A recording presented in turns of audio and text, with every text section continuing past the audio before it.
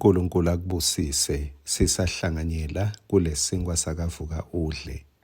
Ngingakahle phuli nje lelivi ngicela ukukhumbuza kunemiyalo lomkhulu lothi ngesingisi, be patient with each other, making allowance for each other's faults because of your love. Mawutawubona lomnye umuntu endaliphutha, uNkulunkulu sewukunikile umyalo. Mbekedelele. Mawuhamba ngemoto lamgwaqweni, wangabekedeleli labanye bashayeli.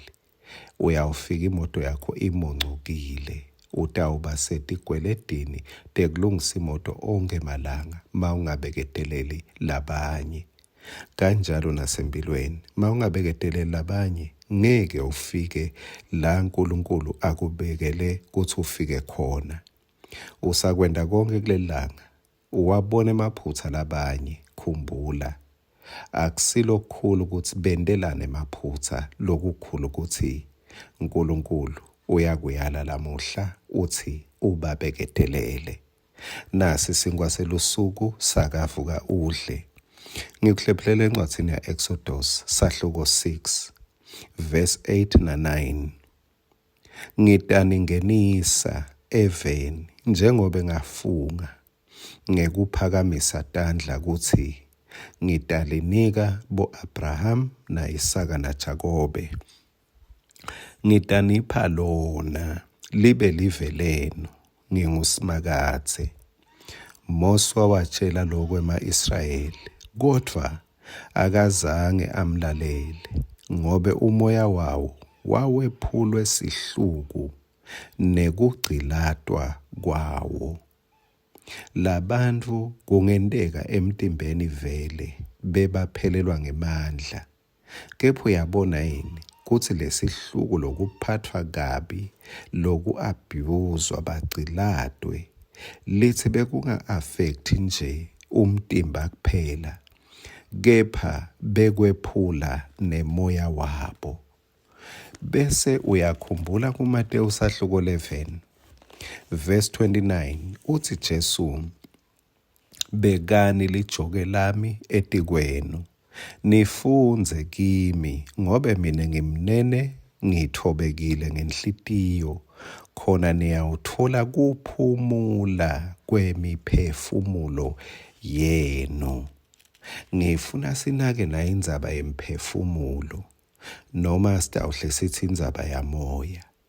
Umuntu njengaloku ephuka emtimbeni, uyephuka nasemoyeni. Umuntu njengaloku adzinwa emtimbeni afune kulala, uyadzinwa nasemoyeni, uyadzinwa emphefumulweni. Yini lobona ngayo kuthi sewudziniwe emphefumulweni?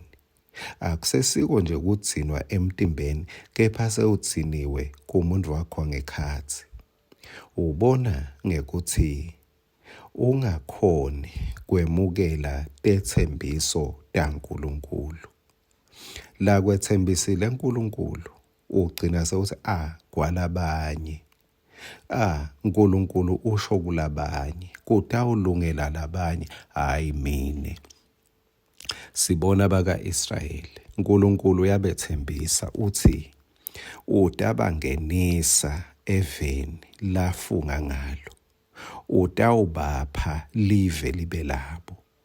Kepha bathini? Lithi kodwa abazange balalele, abazange bakujabulele lokhu, abazange bakukholwe, ngoba umoya wabo bese wephukile.